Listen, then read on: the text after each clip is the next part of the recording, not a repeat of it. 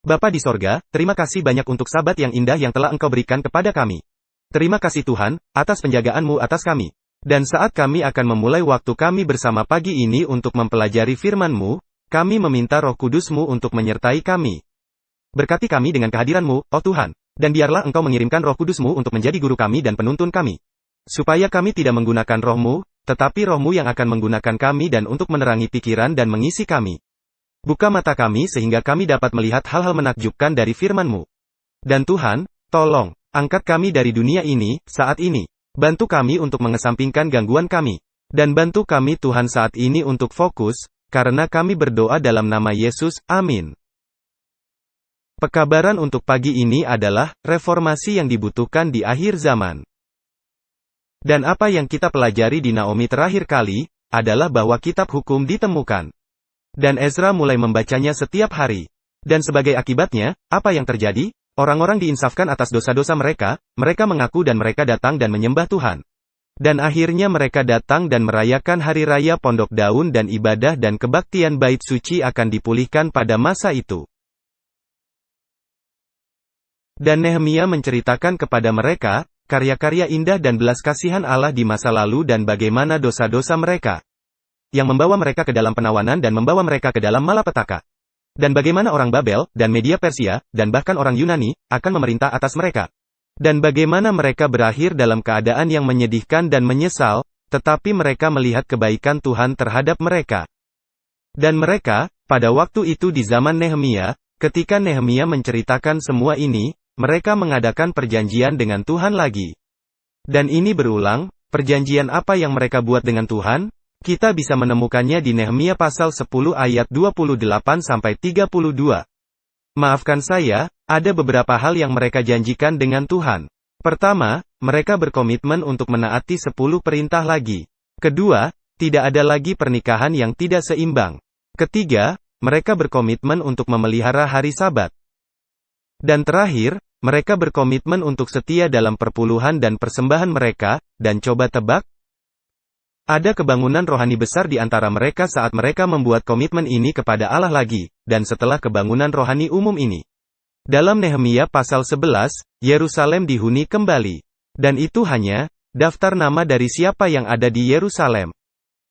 Dan siapa yang ada di kota-kota dan pinggiran kota sekitarnya. Dan kemudian dalam Nehemia pasal 12, mereka akan menetapkan peran untuk bait suci lagi.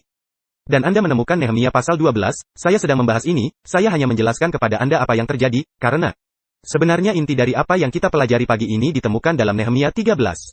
Tetapi dalam Nehemia pasal 12, mereka menugaskan semua peran untuk pelayanan bait suci, para imam dan orang Lewi, dan Anda akan melihat bahwa mereka melihat silsilah karena mereka mencoba untuk menentukan siapa orang Lewi, karena hanya orang Lewi yang bisa melayani di bait suci, Anda lihat. Dan mereka telah lama berada di Babel dan Media Persia. Dan catatan itu benar-benar penting. Mereka ingin memastikan bahwa mereka melakukan hal-hal dengan cara yang benar. Dan berkat Tuhan ada atas mereka dari awal lagi. Maka tembok itu dibangun kembali dan diselesaikan, didedikasikan kembali, bendahara diangkat. Agar pengumpulan perpuluhan dan persembahan dapat terjalin kembali karena orang Lewi kini mulai bekerja kembali. Jadi mereka perlu didukung oleh perpuluhan dan persembahan dari orang-orang. Dan setelah itu, Nehemia kembali ke Persia. Dalam posisinya sebagai juru minuman raja, dan dia mulai melayani raja lagi. Tetapi dalam Nehemia pasal 13, Nehemia kini kembali. Untuk kedua kalinya sebagai gubernur atas Yudea. Dan ini adalah pasal penutup dari Nehemia. Dan apa yang dia temukan, ketika dia kembali untuk kedua kalinya?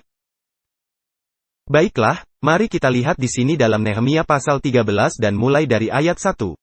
Pada masa itu bagian-bagian daripada kitab Musa dibacakan dengan didengar oleh rakyat. Didapati tertulis dalam kitab itu, bahwa orang Amon dan orang Moab tidak boleh masuk jemaah Allah untuk selamanya. Karena mereka tidak menyongsong orang Israel dengan roti dan air, malah mengupah Bileam melawan orang Israel supaya dikutukinya. Tetapi Allah kami mengubah kutuk itu menjadi berkat. Ketika mereka mendengar pembacaan Taurat itu mereka memisahkan semua peranakan dari orang Israel. Maka mereka menemukan buku sejarah ini dan mereka menyadari bahwa harus ada pemisahan antara orang Moab dan orang Amon dengan mereka.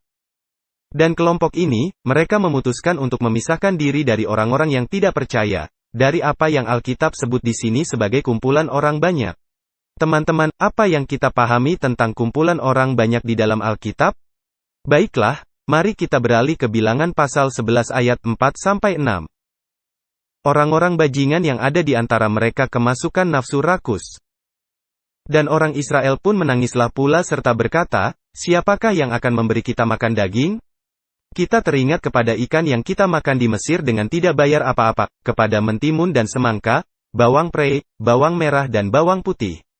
Tetapi sekarang kita kurus kering, tidak ada sesuatu apapun, kecuali mana ini saja yang kita lihat.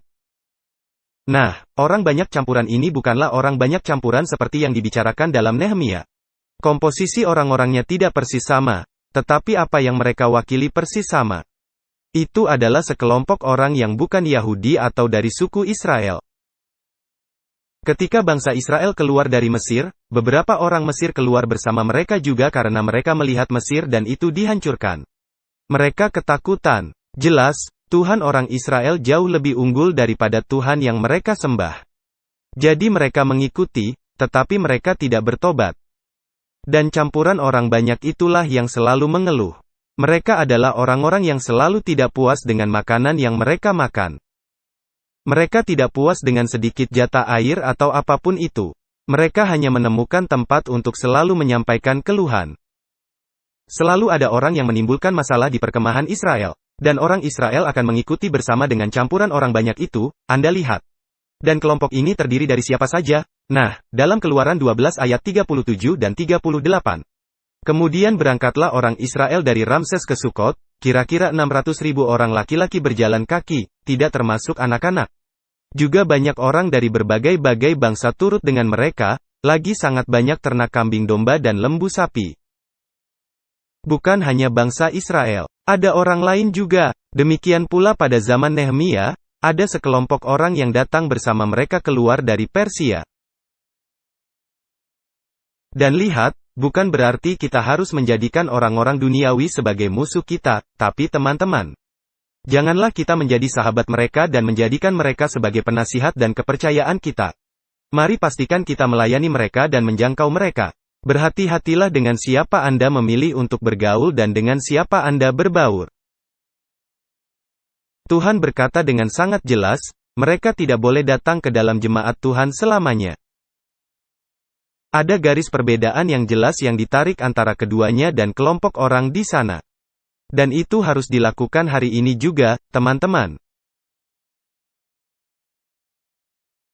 Jadi hal pertama yang kita pelajari di Nehemia pasal 13, adalah bahwa kita harus berpisah dari orang-orang yang tidak percaya. Kita harus berpisah dari orang-orang yang tidak percaya. Kita harus setia dalam hal ini. Ini adalah pelajaran yang kita pelajari di zaman Nehemia, yang juga relevan bagi kita saat ini. Dan kita melihat hal-hal ini berulang. Saya yakin bahwa saat Anda membuka mata dan melihat, ini adalah masalah yang berulang bahkan di zaman kita juga. Tetapi apalagi yang Nehemia temukan ketika dia kembali untuk kedua kalinya? Ayo kita lanjutkan, tentunya. Nehemia pasal 13 ayat 4. Tetapi sebelum masa itu Imam Eliasib yang diangkat untuk mengawasi bilik-bilik rumah Allah kami, dan yang mempunyai hubungan erat dengan Tobia. Apakah Anda ingat siapa Tobia?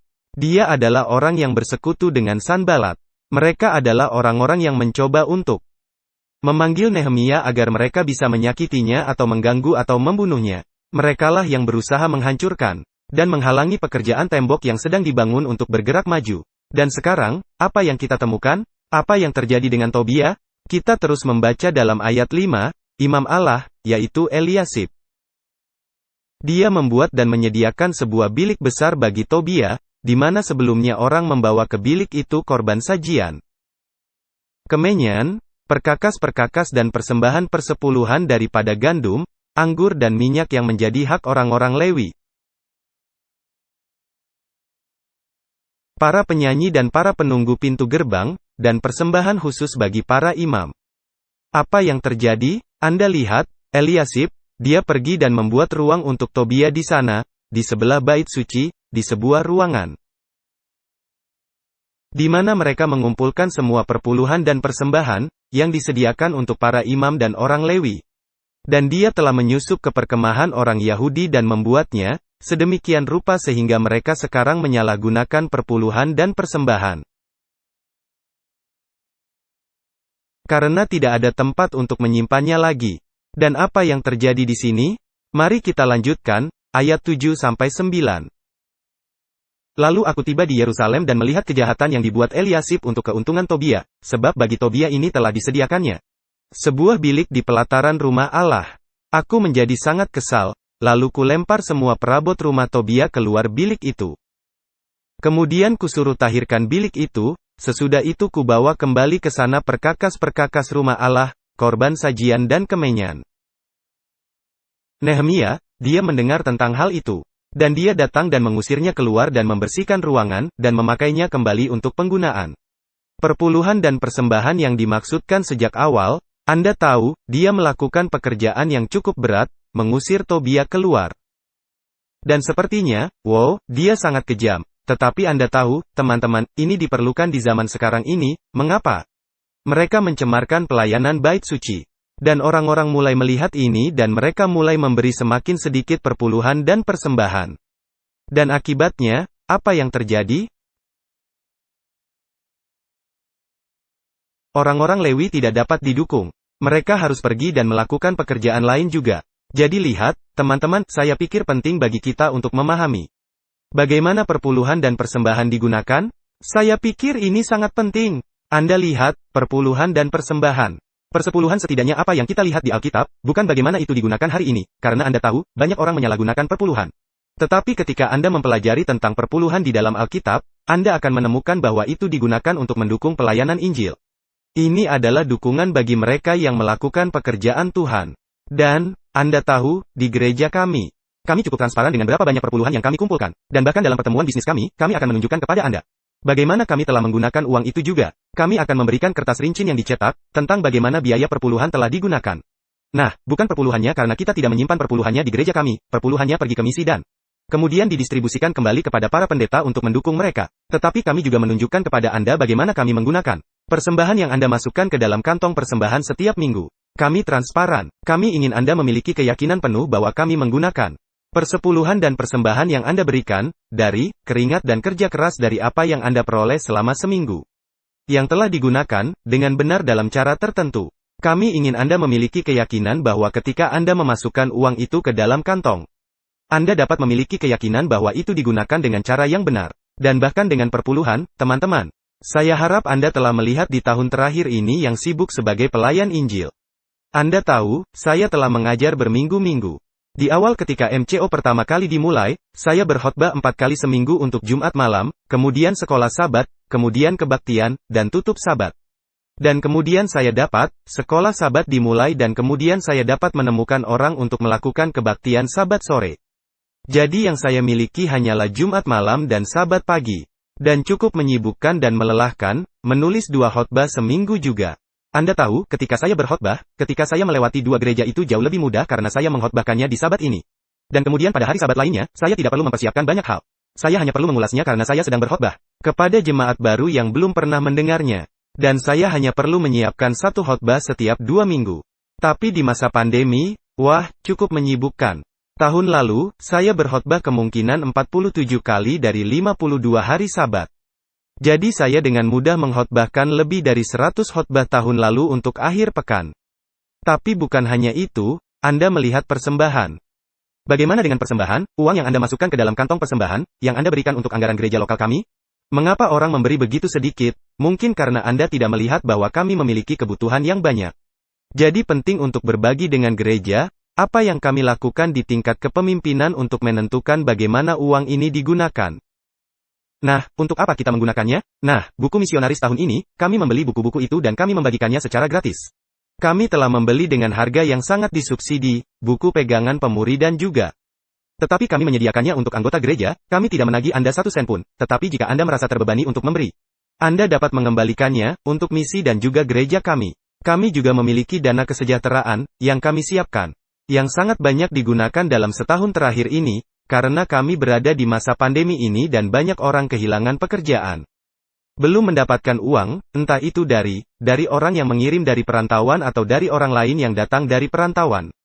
Keluarga mereka terkena dampaknya, jadi kami telah menggunakan ini untuk mendukung anggota gereja kami. Dan orang-orang yang telah menghadiri gereja kami sebanyak mungkin. Bahkan sampai kerabat anggota gereja juga, yang mengalami kesusahan. Dan bahkan para pekerja Alkitab. Satu kelompok yang didah. Mereka pergi ke Lumbar, Subang, dan mereka memberi makan orang miskin. Kami telah membeli bahan makanan untuk mereka. Kami memiliki pemeriksaan kesehatan yang konstan untuk mereka, semua bahan habis pakai yang kami beli untuk strip glukosa. Dan baterai dan semua hal yang harus kami beli. Masker-masker, yang dipakai oleh para pekerja Alkitab setiap hari untuk pergi keluar, untuk melayani masyarakat. Semua hal ini membutuhkan uang. Dan kemudian mereka telah membantu melakukan pembicaraan kesehatan juga. Dan bahkan gereja telah begitu. Sangat murah hati untuk membeli kamera itu, yang saya lihat tepat di depan saya sekarang, untuk membantu saya untuk masuk dan juga siaran langsung. Dan untuk membeli peralatan ini sehingga kita bisa kebaktian online. Para pekerja Alkitab berkunjung ke anggota gereja. Gereja yang membayar semua bensin dan perawatan mobil. Dan bahkan para pekerja Alkitab di sisi sah. Mereka telah bekerja keras di APU dan di masyarakat, juga membeli peralatan kesehatan. Dan kami yang pertama di kampus yang melakukan pemeriksaan kesehatan. Saat Universitas APU buka, sehingga kami dapat memenuhi kebutuhan para mahasiswa, dan banyak mahasiswa, bahkan mereka kesulitan membeli bahan makanan. Dan juga makan sendiri. Jadi kami juga sibuk di komunitas. Dan saya kira ini hanya sebuah catatan untuk para pemimpin, Anda tahu. Tujuan mengumpulkan semua uang ini bukan untuk ditabung untuk gedung gereja yang baru, atau untuk satu pembelian besar, Anda tahu. Tetapi teman-teman, kita juga harus merencanakan dengan bijak dan bagaimana kita dapat menggunakan uang ini untuk menjadi berkat di komunitas tempat kita tinggal. Dan bahkan untuk dana pekerja Alkitab, Anda tahu, berkali-kali setiap minggu saya mengumumkan itu. Tetapi, Anda tahu, kami harus membeli mobil pekerja Alkitab lain selama waktu ini. Karena kami memiliki 13 pekerja Alkitab, gajinya tidak banyak, tetapi, Anda tahu. Kami membayar pekerja Alkitab setiap bulan, dan kami memiliki arus keluar umum dari dana pekerja Alkitab sekitar 20.000 per bulan. Dan ini adalah pengeluaran yang besar. Dan atas kasih karunia Tuhan, saya hanya bersyukur kepada Tuhan bahwa orang-orang telah menyumbangkan dan memasukkan uang, dan Anda memiliki hak untuk memahami bagaimana semua uang ini digunakan. Bahkan para pekerja Alkitab di Mount Kiara, kami baru memulai pemeriksaan kesehatan di plaza di sana. Dan kami telah menjangkau dan bertemu banyak orang di sana juga. Tuhan benar-benar memberkati pekerjaan ini dan orang-orangnya adalah pekerja Alkitab dan anggota gereja yang berbeda yang sangat sibuk. Dan saya memuji Tuhan untuk itu. Tapi Anda lihat teman-teman, saya ingin Anda memiliki keyakinan, bahwa ketika Anda memasukkan uang itu ke dalam kantong itu akan digunakan untuk tujuan yang benar. Bukannya supaya para pekerja Alkitab bisa memiliki gaya hidup yang lebih mewah atau untuk saya sendiri. Tetapi agar kita dapat menggunakan dana itu untuk memajukan pekerjaan Tuhan, bahkan, terutama di saat ini ketika begitu sulit untuk bekerja dalam masa pandemi. Tetapi pasti Tuhan adalah berkat, tapi lebih dari segalanya, teman-teman, bukan uang yang Tuhan butuhkan untuk menyelesaikan pekerjaan, tetapi hati Anda. Datang dan bergabunglah dengan kami pada hari Minggu pagi untuk doa bersatu. Karena sesungguhnya disitulah pekerjaan yang sebenarnya benar-benar dilakukan. Namun demikian, kembali ke cerita Nehemia pasal 13, karena orang-orang melihat bahwa dana itu disalahgunakan, mereka kehilangan kepercayaan dalam memberikan perpuluhan dan persembahan mereka. Dan ini memiliki efek air terjun, ayat 10-13 dari Nehemia 13. Juga kudapati bahwa sumbangan-sumbangan bagi orang-orang Lewi tidak pernah diberikan. Sehingga orang-orang Lewi dan para penyanyi yang bertugas masing-masing lari kemana? Ke ladangnya. Mereka tidak memiliki cukup untuk menghidupi diri mereka sendiri. Aku menyesali para penguasa, kataku, mengapa rumah Allah dibiarkan begitu saja? Lalu kukumpulkan orang-orang Lewi itu dan kukembalikan pada tempatnya. Maka seluruh orang Yehuda membawa lagi persembahan persepuluhan daripada gandum, anggur dan minyak ke perbendaharaan. Sebagai pengawas-pengawas perbendaharaan kuangkat Imam Selemia dan Zadok, seorang ahli kitab, dan Pedaya, seorang Lewi. Sedang Hanan bin Zakur bin Matanya diperbantukan kepada mereka, karena orang-orang itu dianggap setia. Mereka diserahi tugas untuk mengurus pembagian kepada saudara-saudara mereka. Anda tahu, teman-teman, pelajaran di sini paralel dengan zaman kita. Jika kita ingin kebangunan dan reformasi terjadi di gereja kita, ini adalah salah satu area yang Nehemia bicarakan. Memastikan bahwa kita setia pada perpuluhan dan persembahan kita, untuk memastikan bahwa pekerjaan Injil didukung dan diteruskan. Dan kita membutuhkan orang-orang yang setia dalam jabatan ini, dan teman-teman. Saya akan tunjukkan kepada Anda bahwa kami memiliki dua wanita luar biasa di Dah dan Sah. Wanita setia yang bekerja lembur untuk memastikan bahwa perpuluhan kami dan persembahan kami dan buku-buku kami dalam urutan yang benar. Dan bahwa dana didistribusikan sesuai dengan itu. Dan ketika Anda memberikan dana untuk pelayanan atau pekerjaan tertentu, kami sesuai dengan pelayanan itu dan memastikan bahwa itu digunakan untuk tujuan itu. Tetapi teman-teman, jika kita ingin kebangunan dan reformasi sejati, bahkan di zaman kita, saya tidak dapat melebih-lebihkan menekankan pentingnya, untuk setia dalam perpuluhan dan persembahan kita. Tetapi saya percaya bahwa masih ada orang, pendeta yang dipanggil untuk pekerjaan Injil, tetapi mereka menderita sekali. Jadi mereka terus-menerus berpikir tentang uang, bagaimana menghidupi keluarga mereka, bagaimana mencari nafkah. Dan beberapa, mereka meninggalkan panggilan Tuhan, untuk pergi dan bekerja di ladang dan daerah lain, di mana Tuhan tidak memanggil mereka. Tetapi karena, perpuluhan dan persembahan itu disalahgunakan. Tapi, Anda tahu, mari kita kembali ke kisahnya. Anda tahu, masalah apa yang dihadapi Nehemia selanjutnya? Mari kita lanjutkan membaca dalam Nehemia 13 ayat 15. Pada masa itu kulihat di Yehuda orang-orang mengirik memeras anggur pada hari Sabat. Pula orang-orang yang membawa berkas-berkas gandum dan memuatnya di atas keledai, juga anggur, buah anggur dan buah ara. Dan pelbagai muatan yang mereka bawa ke Yerusalem pada hari Sabat. Aku memperingatkan mereka ketika mereka menjual bahan-bahan makanan. Juga orang Tirus yang tinggal di situ membawa ikan dan pelbagai barang dagangan dan menjual itu kepada orang-orang Yehuda pada hari Sabat, bahkan di Yerusalem. Lalu aku menyesali pemuka-pemuka orang Yehuda, kataku kepada mereka, kejahatan apa yang kamu lakukan ini dengan melanggar kekudusan hari Sabat? Bukankah nenek moyangmu telah berbuat demikian, sehingga Allah kita mendatangkan seluruh malapetaka ini atas kita dan atas kota ini? Apakah kamu bermaksud memperbesar murka yang menimpa Israel dengan melanggar kekudusan hari Sabat? Apa yang mereka lakukan? Mereka melanggar hari Sabat sehingga Nehemia memanggil mereka kembali untuk setia pada hari Sabat, kesetiaan pada hari Sabat. Dia mengingatkan mereka, apakah Anda lupa itu? Alasan mengapa kita ditawan adalah karena kita melanggar hari Sabat dan mencemarkan hukum Allah? Dia harus mengingatkan mereka, kau akan membawa kami kembali ke penawanan, jika engkau terus melakukan ini.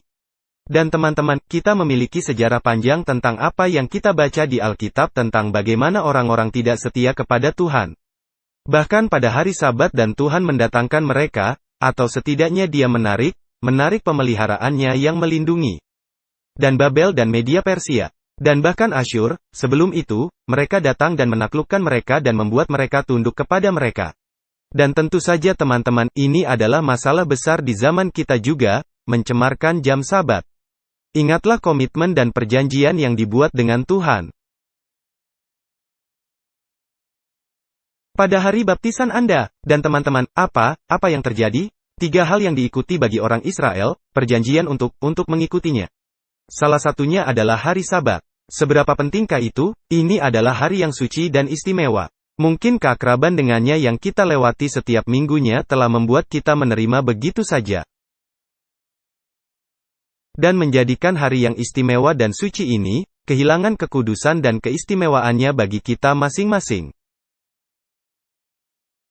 Tapi teman-teman, apa yang sangat menarik adalah mengapa mereka akhirnya melanggar hari Sabat. Lihat apa yang ditulis oleh pena inspirasi. Para Nabi dan Raja halaman 671, paragraf 1. Akibat lain dari pergaulan dengan para penyembah berhala ialah tidak mengindahkan hari Sabat, yakni tanda yang membedakan orang-orang Israel dari segala bangsa lain sebagai para penyembah Allah yang benar. Apakah Anda memahami itu? Apa alasan mengapa orang-orang ini akhirnya melanggar hari Sabat? Itu adalah karena pergaulan mereka dengan penyembah berhala.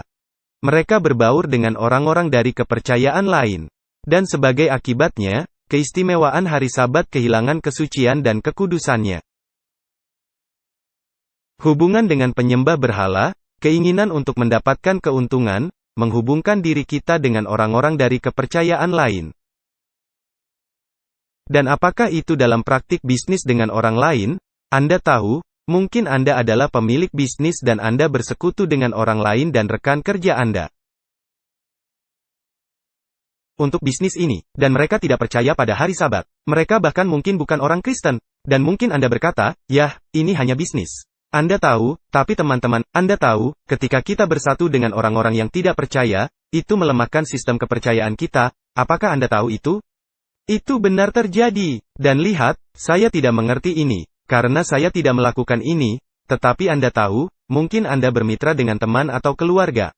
Ya, meskipun mungkin keluarga dan mereka tidak percaya, Anda harus berhati-hati. Dan bahkan mereka yang sedang menjalin hubungan, mungkin Anda berkata, "Ya, saya masih datang ke gereja." Ini bukan tentang hanya datang ke gereja teman-teman, ini tentang memahami betapa suci dan betapa diberkatinya. Dan betapa disucikannya jam-jam ini. Apakah Anda benar-benar memelihara kesucian hari Sabat? Apakah Anda mengerti pentingnya hal itu? Tahukah kamu, bagi kita, hari Sabat telah menjadi tidak penting bagi kita. Hari kita beristirahat, hari kita untuk tidur, bukan lagi hari yang sangat kita nantikan. Minggu menjadi hari terpenting bagi kita atau penutupan hari Sabat, jadi saya dapat kembali dan melakukan lagi hal-hal duniawi saya. Dan mulai mendapatkan uang, atau pergi berbelanja, dan bersenang-senang di alam, dan melakukan semua hal yang hari Sabat tampaknya menjadi penghalang kita. Hampir seolah-olah Sabat telah menjadi hari yang kita takuti dan tidak kita nantikan. Oh, saya tidak sabar menunggu hari Senin mulai. Kemudian saya bisa mulai mendapatkan uang lagi dan mulai membuat kemajuan dalam karir saya. Sabat menjadi hal yang tidak penting. Sabat telah menjadi penghalang dan tampaknya mengganggu aliran dan pasang surut kehidupan kita dan tujuan serta sasaran kita. Tapi kita, sebagai Advent hari ke-7, kita harus kembali ke sana.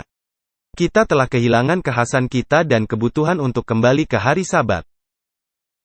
Itu dibutuhkan, saat itu di zaman Nehemia, dan teman-teman, itu pasti paralel dengan zaman kita, yang akhirnya membawa kita ke masalah terakhir yang harus dihadapi Nehemia. Mari kembali ke Nehemia pasal 13, dan sekarang membaca ayat 23-27. Pada masa itu juga kulihat bahwa beberapa orang Yahudi memperisteri perempuan-perempuan Asdod, perempuan-perempuan Amon atau perempuan-perempuan Moab. Sebagian dari anak-anak mereka berbicara bahasa Asdod atau bahasa bangsa lain itu dan tidak tahu berbicara bahasa Yahudi. Aku menyesali mereka, kukutuki mereka, dan beberapa orang di antara mereka kupukuli dan kucabut rambutnya dan kusuruh mereka bersumpah demi Allah, demikian. Jangan sekali-kali kamu serahkan anak-anak perempuanmu kepada anak-anak lelaki mereka. Atau mengambil anak-anak perempuan mereka sebagai istri untuk anak-anak lelakimu atau untuk dirimu sendiri. Bukankah Salomo, Raja Israel, telah berbuat dosa karena hal semacam itu? Walaupun di antara begitu banyak bangsa tidak ada seorang raja seperti dia, yang dikasihi Allahnya dan diangkat oleh Allah itu menjadi raja seluruh Israel. Namun dia pun terbawa ke dalam dosa oleh perempuan-perempuan asing itu. Apakah orang harus mendengar bahwa juga kamu berbuat segala kejahatan yang besar itu? Yakni berubah setia terhadap Allah kita karena memperisteri perempuan-perempuan asing? Apa masalah yang harus dihadapi Nehemia? Menikah dengan orang yang tidak seiman. Dan ini adalah masalah keempat. Hubungan pernikahan yang tidak seimbang, yang sangat terkait dengan hari Sabat dan pemberian persepuluhan dan persembahan.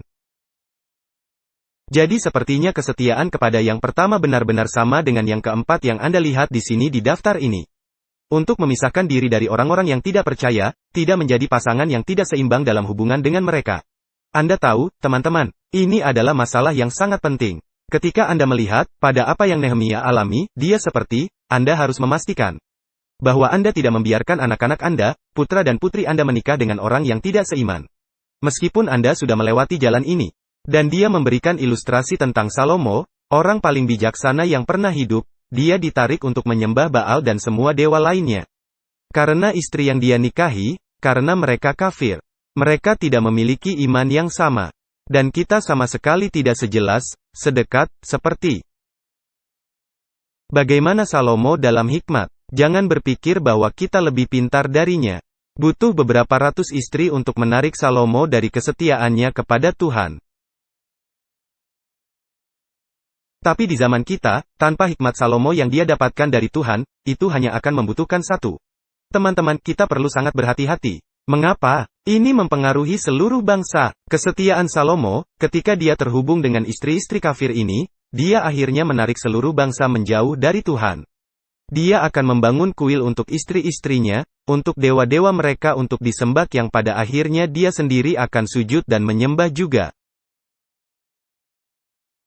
Mengapa ini menjadi masalah besar? Itu bukan hanya orang biasa. Anda tahu, itu benar-benar dimulai dari atas. Izinkan saya membacakan untuk Anda sebuah kutipan. Para Nabi dan Raja, halaman 674, paragraf 1.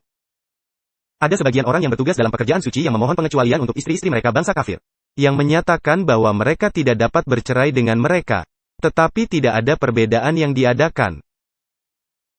Tidak ada penghormatan yang ditunjukkan karena pangkat atau jabatan. Barang siapa di antara para imam atau penguasa yang tidak mau memutuskan hubungannya dengan penyembah berhala segera dipisahkan dari pekerjaan Tuhan. Seorang cucu imam besar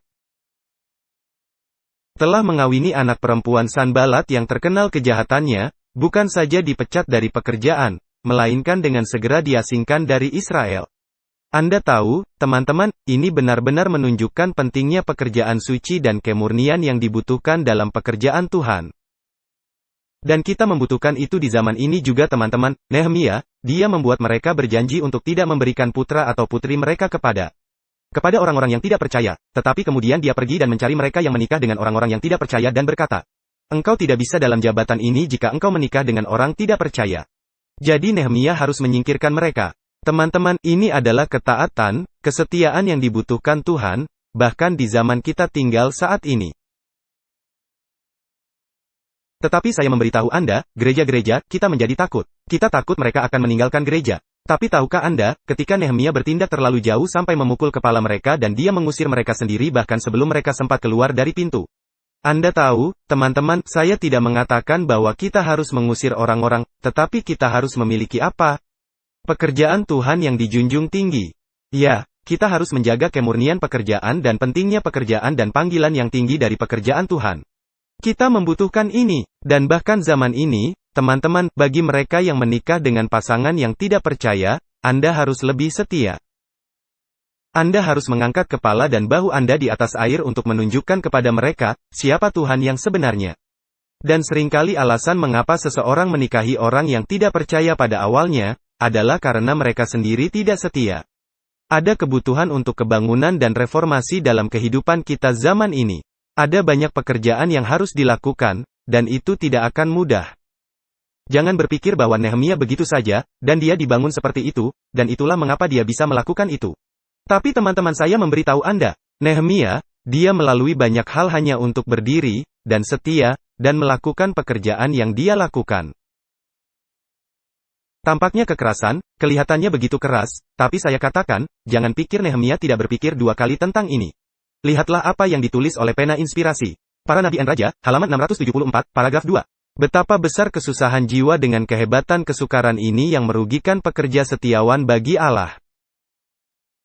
Hanya penghukuman sendirilah yang akan mengungkapkannya. Ada perjuangan yang terus-menerus dengan unsur-unsur yang menentang. Dan hanya dengan berpuasa, merendahkan hati dan berdoa saja sehingga kemajuan dapat dicapai. Anda tahu, jangan berpikir Nehemia baru saja masuk, dan dia mulai mengubah segalanya.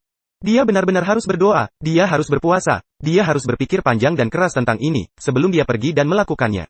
Tetapi dikatakan di sana bahwa dia memiliki begitu banyak rasa sakit di hatinya untuk melakukan ini. Dan saya yakin dia terkadang berhenti sejenak untuk bertanya-tanya apakah dia melakukan hal yang benar atau tidak. Tetapi teman-teman, dia tidak bertindak atas kemauannya sendiri. Tuhanlah yang membimbingnya. Kita membutuhkan di zaman ini, orang-orang yang mau berdoa. Orang-orang yang mau bangun pagi-pagi, di hari Minggu pagi dan berdoa bersama dengan orang-orang gereja yang percaya. Kita membutuhkan orang-orang yang mau merendahkan diri dan mau bekerja. Kita membutuhkan orang-orang yang tidak mendengarkan orang lain dan yang tidak takut, untuk hanya menyinggung orang demi kebenaran. Teman-teman, kita harus setia pada pekabaran. Kita harus berhati-hati dengan cara kita memperlakukan orang, ya. Tetapi kita harus berhati-hati agar kita setia kepada Tuhan terlebih dahulu. Dan kita tidak perlu khawatir dengan hasilnya. Kita harus khawatir tentang bagaimana seseorang yang kita izinkan untuk tetap menjabat akan mengangkat pengaruh atas seluruh jemaat yang akan menjadi lebih buruk. Jadi itu semacam hasil yang harus kita pertimbangkan dan renungkan. Tetapi teman-teman, Tuhan memanggil kita semua hari ini. Dia memanggil kita semua untuk menjadi seperti Nehemia. Dan ini adalah 4 masalah yang akan mengganggu orang-orang di akhir zaman. Dan kita harus memastikan bahwa kita memanggil orang untuk berpisah dari orang-orang yang tidak percaya.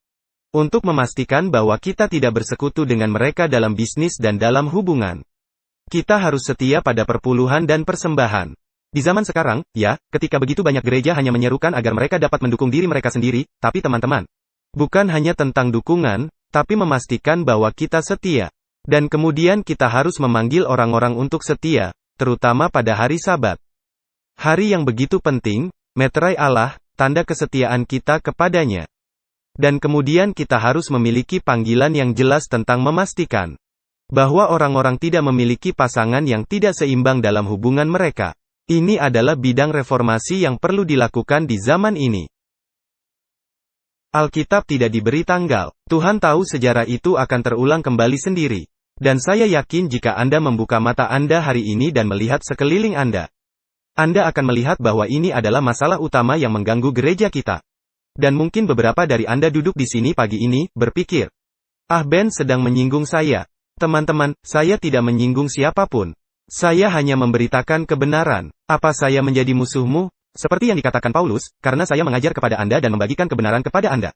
Apakah ada tempat di sana yang Anda lihat pagi ini untuk permainan diri atau pribadi? Apakah menurut Anda saya melakukannya hanya untuk menyerang Anda? Apakah Anda pikir saya hanya memanggil Anda, karena saya marah pada Anda dan tidak menyukai Anda? Teman-teman, saya mendorong Anda untuk kembali dan membaca Nehemia pasal 13, dan melihat apakah hal-hal yang telah saya bagikan kepada Anda pagi ini, adalah dari firman Tuhan atau tidak. Tapi terakhir, saya ingin berbagi dengan Anda kutipan yang diambil dari para nabi dan raja lagi, halaman 675, paragraf 3. Kemajuan yang merupakan imbalan usaha-usaha Nehemia menunjukkan apa yang doa, iman, dan akal budi, serta tindakan yang tegas akan diperoleh. Sekarang perhatikan ini, Nehemia bukan seorang imam, ia bukan seorang nabi, ia tidak menuntut gelar yang tinggi. Ia adalah seorang pembaharu yang dimunculkan untuk suatu jangka waktu yang penting. Cita-citanya ialah mengatur bangsanya supaya selaras dengan Allah. Diilhami dengan suatu maksud yang besar, ia mengerahkan setiap kekuatan dalam dirinya untuk mencapai tujuan itu. Keikhlasan yang tinggi dan tidak dapat dibengkokkan menandai usaha-usahanya. Bila ia sampai berhadap-hadapan dengan kejahatan dan perlawanan kepada kebenaran, dengan tekad bulat ia menegaskan suatu pendirian supaya orang banyak digairahkan untuk bekerja dengan kekuatan dan keberanian yang segar. Tidak ada hal lain yang dapat mereka ketahui selain daripada kesetiaannya, kepahlawanannya, dan kasihnya bagi Allah yang sangat dalam. Serta dengan melihat hal ini, mereka rela untuk mengikut kemana ia menuntun mereka. Anda lihat itu teman-teman, Nehemia bukanlah seorang imam. Dia tidak pernah menyebut dirinya seorang nabi. Meskipun kitab Nehemia itu ditulis, dia tidak memiliki potensi untuk gelar tinggi. Dia hanya mengasihi Tuhan. Dia hanya memiliki kasih untuk Tuhan dan pekerjaannya dan untuk umatnya. Dan hari ini teman-teman, Anda tidak perlu gelar pendeta untuk melakukan pekerjaan Tuhan. Bahkan, seringkali sebagai penghalang, karena orang mengharapkan Anda untuk hidup dengan cara tertentu. Tetapi kita membutuhkan orang yang bersedia melakukan pekerjaan, karena kasih mereka yang besar kepada Tuhan sehingga mereka bersedia untuk berdiri dan diperhitungkan. Anda tidak perlu jabatan di gereja untuk membuat pengaruh di gereja. Anda tidak perlu duduk di dewan gereja untuk menjadi berkat bagi seluruh gereja. Tetapi itu tidak masalah, Anda tidak membutuhkan gelar ini, teman-teman. Anda hanya perlu panggilan. Dan saya beritahu Anda teman-teman, banyak yang dipanggil, tetapi sedikit yang dipilih. Karena banyak yang tidak mau berdiri, dan diperhitungkan dalam pekerjaan. Teman-teman, saya percaya bahwa Tuhan memanggil Anda hari ini. Saya tahu bahwa Dia memanggil semua umatnya di gereja hari ini. Untuk berdiri dan memberikan sangkakala nada tertentu, untuk menempatkan di depan, pekerjaan Tuhan, di atas segalanya, di atas studi mereka. Di atas pekerjaan mereka, di atas hubungan mereka, di atas keluarga mereka, bahwa mereka bersedia menjadikan Yesus yang pertama, terakhir, dan yang terbaik. Dalam segala hal. Mengapa? Karena mereka mengasihi Tuhan dengan segenap hati, jiwa, dan kekuatan mereka, sehingga mereka mendorong ke depan. Mereka bersedia untuk menasihati orang, untuk menegur dosa di gereja dan tidak menunggu pendeta untuk melakukannya. Mereka bersedia untuk berdiri dan melakukan pekerjaan Tuhan, karena itu perlu di zaman sekarang ini. Teman-teman, kita semua harus seperti Nehemia. Dalam Filipi pasal 2 ayat 4, Alkitab berkata, "Dan janganlah tiap-tiap orang hanya memperhatikan kepentingannya sendiri, tetapi kepentingan orang lain juga."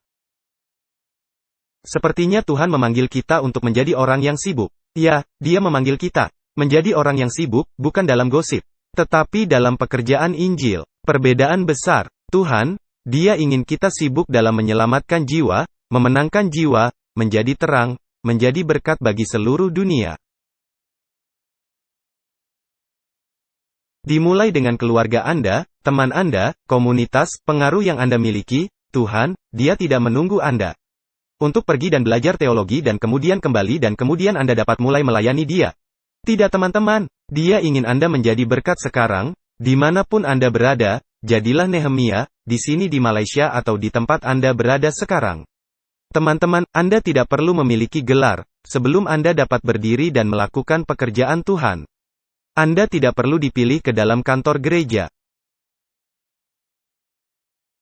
Saya hanya berdoa semoga kasih Tuhan dan semangatnya membara di hati Anda untuk menyelesaikan pekerjaan Tuhan hari ini. Teman, apa yang akan terjadi?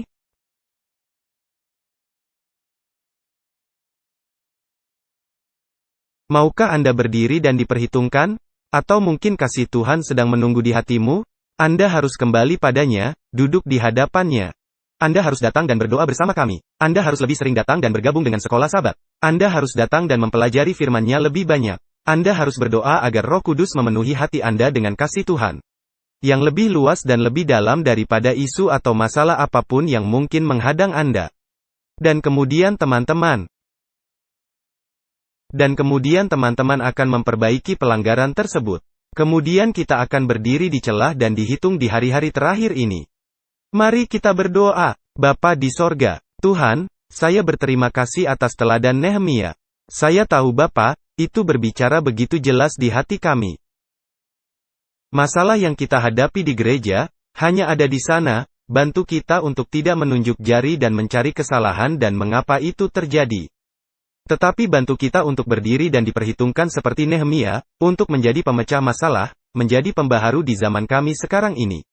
Dan Tuhan, buka mata kami hari ini untuk membantu kami melihat bahwa Engkau memanggil kami untuk berdiri dan diperhitungkan dalam hal itu. Kiranya Engkau curahkan Roh Kudus-Mu ke atas kami, beri kami semangat Nehemia. Dan lebih dari itu, beri kami semangat dan kasih yang Dia miliki untuk-Mu. Dan untuk rakyatnya, Tuhan, kami menyadari bahwa kami sedang hidup dalam masa-masa yang serius. Kami hidup di masa yang tidak biasa. Bantu kami untuk tidak terbiasa dengan ini. Bantu kami untuk tidak nyaman di dunia ini sehingga kami dapat bergerak maju dan menyelesaikan pekerjaan Tuhan di sini, dalam hidup kami, karena kami berdoa di dalam nama Yesus. Amin.